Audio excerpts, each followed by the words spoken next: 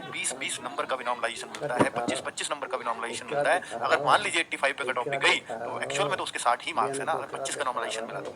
और नॉर्मलाइजेशन का खेल इसमें बड़ा इसलिए भी होता है क्योंकि यहाँ बहुत ज्यादा शिफ्ट होती हैं, और शिफ्ट इस बार भी 16 दिन एग्जाम है, 48 शिफ्ट हैं, और जहां 48 शिफ्ट होंगी तो पेपर का लेवल ऊपर नीचे जितना कम करने की वो चाहे कोशिश करें, पर इतना ऊपर है कि भाई आपको कट ऑफ पिछली बार की देख करके नहीं घबराना कि सर पिछली बार 35,000 वैकेंसीज थी, इस बार तो मात्र 8,000 प्लस वैकेंसीज हैं, तो सर इस बार तो कट ऑफ बहुत हाई फाई जाने वाला है। तो इस तरह की घबराहट अगर मन में लाओगे तो पहले ही हथियार डाल दोगे एग्जाम से। बस ये सोचो कि यार 60-65 वाले का भी नंबर आया था और पेपर का लेवल सीबीटी 1 का कुछ था ही नहीं। मैंने बोला कि आप जो बच्चे यूपी पुलिस में लगे हैं या कहीं भी लगे हैं, उन सबने निकाले थे एनटीपीसी सीबीटी 1 के, जबकि उस टाइम पे उन पे और एग्जाम निकल ही नहीं रहे थे, और उस टाइम पे वो भी सीबीटी 1 निकाल रहे थे 85, 86, 87 जिसकी कट ऑफ गई थी, सोचो, है ना। और इस 3 साल में 2022 में एग्जाम हुआ, 3 साल में वो अब जाकर के यूपी पुलिस में लगे। बहुत सारे बच्चे हैं ऐसे। हालांकि सीबीटी 2 का लेवल एक अल्टीमेट होता है, फिर वहां तो अच्छा बच्चा ही कर पाता है। पर इसके लिए मैं आपको आश्वस्त करता हूं कि भाई कट ऑफ से मत डरना सीबीटी 1 की, ठीक है। आपकी आसानी से क्लियर हो सकती है अगर आप में थोड़ा सा भी दम है तो। एग्जांपल दे रहा हूं यूपी पुलिस के बच्चे, तो एग्जाम स्टेटस आउट हो चुके हैं आप लोगों के, और सभी के बाकी सभी के स्टेटस, तो मेरे भाई एग्जाम स्टेटस इन्होंने बोला है कि 10 दिन पहले एग्जाम स्टेटस सबके आएंगे। तो अब आप देखो ना कि अगर एग्जाम शुरू हो रहे हैं सर 5 जून से और चलेंगे 24 जून तक, पहले 23 जून तक होने थे, अब 24 जून तक होंगे, ये 16 डेज हैं, हर दिन 3 शिफ्ट में एग्जाम होना है। तो हो सकता है लास्ट दिन 2 शिफ्ट हो, अलग बात है, पर अभी 48 शिफ्ट का हिसाब आप लगा करके चलिए। एक आध दिन किसी एक आध शिफ्ट कम भी हो सकती है, ऐसा हो सकता है, ऐसा पॉसिबल होता है, पर मैं फिलहाल 48 शिफ्ट मान रहा हूं। तो 10 दिन पहले एग्जाम आपका स्टेटस आता है, और जो एडमिट कार्ड है वो आपका 3 से 4 दिन पहले आएगा। एडमिट कार्ड 3 से 4 डेज पहले, यानी इन बच्चों का केवल स्टेटस आया है और कुछ नहीं आया। और स्टेटस में क्या क्या आता है, स्टेटस में एग्जाम डेट आपको क्लियर हो जाएगी, date, exam shift first second third ये करके क्लियर हो जाएगी, ठीक है। इससे आप अपना रिजर्वेशन करा सकते हो, और एग्जाम सिटी आपको क्लियर हो जाएगी। ये 3 चीजें आपको क्लियर हो जाती हैं स्टेटस में। बाकी फुल एडमिट कार्ड की सेंटर का नाम क्या है, इस सिटी में मेरा कौन सा सेंटर होगा, तो वो सब कुछ तो मिलेगा आपको 3-4 डेज पहले आपके एग्जाम से। अब आप सोचिए ना कि अगर 5 जून से एग्जाम है तो इससे 10 दिन पहले कब बनेंगे, तो इससे 10 दिन पहले यानी 26 मई को बनेंगे। 26 मई कब गया, कल, तो कल रात को ही स्टेटस आ गई, और 5 और 6 जून को आ गई, तो 6 वाले से तो 11 दिन पहले आ गए। तो कुल मिलाकर के ये 10 से 11 दिन पहले स्टेटस आ जाता है। अब हो सकता है आज किसी के भी स्टेटस ना आए, लेकिन कल को हो सकता है अगले 2 दिन के और स्टेटस आ जाए, जिनका 7 और 8 को एग्जाम है उनके कल स्टेटस आ जाए।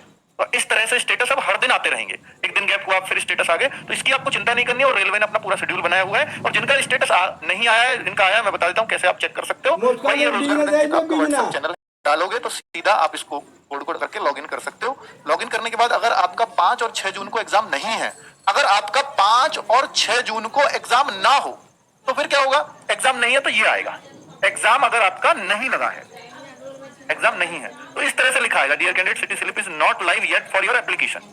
इससे घबराना मत कि आपका कहीं फॉर्म कैंसिल हो गया, कुछ रेड में लिख के आ रहा है कि अभी आपकी अवेलेबल नहीं है। इसका मतलब है 5-6 जून को आपका एग्जाम नहीं है। अगर होता तो फिर कैसे आएगा सर, 5-6 जून को अगर एग्जाम होगा तो ऐसा खुल के आएगा। इसमें खुल के क्या मिलेगा भाई, किसी का नाम है, ये नाम आ गया, मेल है फीमेल है, और कैटेगरी आ जाएगी अपना, और यहाँ पे आएगा कि आपका परीक्षा का शहर कौन सा है, लखनऊ है, स्टेट है उत्तर प्रदेश, 5 जून 2025 को आपका एग्जाम है, और पहली ही पारी में एग्जाम है, ठीक है। ये 5 जून वाले का होगा। ये 6 जून वाला एक एग्जांपल लाया हूं, जयपुर मेरा शहर है सर, राजस्थान में मेरा राज्य पड़ेगा, और पहली पारी तो राजस्थान के बच्चे का, ये यूपी के बच्चे का, यूपी के बच्चे को यूपी मिल रहा है, राजस्थान के बच्चे को राजस्थान मिल रहा है। सेंटर्स कितनी कितनी दूर जा रहे हैं अभी तो इतना डेटा तो मेरे पास नहीं है कि कितनी कितनी दूर सेंटर दिए।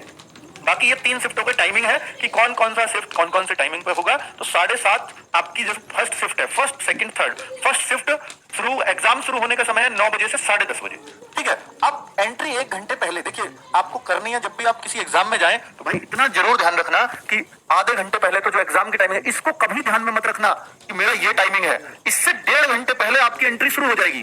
अगर इस टाइम को ध्यान रखते हो तो इससे 1.5 घंटे पहले एग्जाम की एंट्री शुरू हो जाएगी, यानी 7:30 शुरू हो जाएगी, और आधे घंटे पहले गेट क्लोज हो जाएगा, यानी 8:30 से 9 बजे के बीच किसी को भी अंदर एंटर नहीं करने दिया जाएगा। तो भाई आपको जो टाइमिंग है 7:30 से 8:30 के बीच ही एंट्री होगी सिर्फ।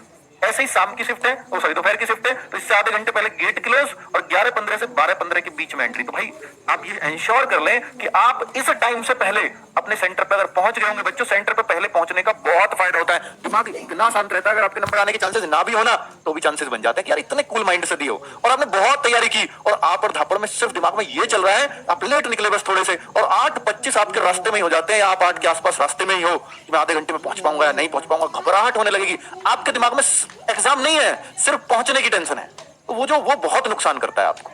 हमेशा एग्जाम से पहले दिमाग शांत होना ही चाहिए। अपने दिमाग को 24 घंटे पहले एकदम शांत रहने दिया करो, एकदम शांत। मैं तो यहां तक कहता हूं कि भाई कुछ पढ़ा भी मत करो 24 घंटे पहले तो, ठीक है। और ये तीसरी शिफ्ट है जो 4:30 बजे शुरू होगी, तो इसकी एंट्री टाइम है 3 से 4 बजे के बीच। तो इन टाइमिंग को भाई आप इस टाइम को मत दिमाग में रखना, ये तो एग्जाम अपने टाइम पे शुरू होगा। ये है तीनों शिफ्ट की टाइमिंग, इनमें ही पहुंचना है आपको, ठीक है। चलिए अभी बच्चों, मैं एक गिफ्ट तो आपको मालूम है कि गागरम सागर आज मैं अनाउंस कर चुका हूं, इसका टाइम टेबल नोट कर लीजिएगा। लास्ट टाइम पे आरडब्ल्यूए की सबसे बड़ी औषधि आपके हर सब्जेक्ट की हर शिफ्ट को, हर सब्जेक्ट की हर मतलब उसकी हर यूनिट को, हर चैप्टर को फेरने का, दोहराने का, रिवीजन का सबसे अच्छा तरीका गागर में सागर होती है। तो वो सीरीज आप लोगों के सामने कौन कौन से टीचर हैं आप देख सकते हो। बहुत सारे बच्चे मैंने पिछले वीडियो पे देखा कि सर नवीन सर स्टैटिक जी के, आप देखिए ना रणवीर सर ने स्टैटिक जीके पे बहुत शानदार कमांड की है। आप जब इनकी क्लास लेंगे तो आप देखेंगे कि नवीन सर की आपको याद भी नहीं आएगी, क्योंकि इतना शानदार ये भी पढ़ाते हैं। आप देखिए तो सही, है ना। आप मिस करो नवीन सर को तब बताना। आप क्लास लेने से पहले ही अगर ऐसे बोल देंगे तो फिर तो दूसरा टीचर जो बहुत मन से आपकी क्लास लेना चाह रहा होता है वो भी डिमोटिवेट हो जाए, है ना। तो 1 जून को इस सुबह 9 बजे वाली क्लास होगी। बाकी स्ट्रेटेजी का अच्छा खासा रोल रहता है 40 क्वेश्चंस में। और जो एग्जाम का अगर मैं लेवल की बात करूं तो मेरे भाई लेवल जो एग्जाम का है ना, वो एनटीपीसी का एग्जाम का लेवल अगर मैं पिछली बार के हिसाब से देखूं तो पहले एग्जाम का सीबीटी 1 का बहुत आसान पेपर आता है। मैं कहूंगा मॉडरेट भी नहीं होता, वो इजी टू मॉडरेट होता है। जीएस भी करने लायक आती है, मैथ रीजनिंग भी करने लायक आते हैं। मैथ्स में अगर एडवांस का ट्रिग्नोमेट्री ज्योमेट्री अगर इनको देखूंगा तो अगर मैं पिछली बार के हिसाब से जाऊं तो 5-6 क्वेश्चन आएंगे 30 में से सिर्फ, बाकी सब अर्थमेटिक का आएगा। ठीक है, ऐसे सीजीएल की तरह नहीं है कि आप 40% एडवांस या 50% एडवांस दे देगा, नहीं होता है।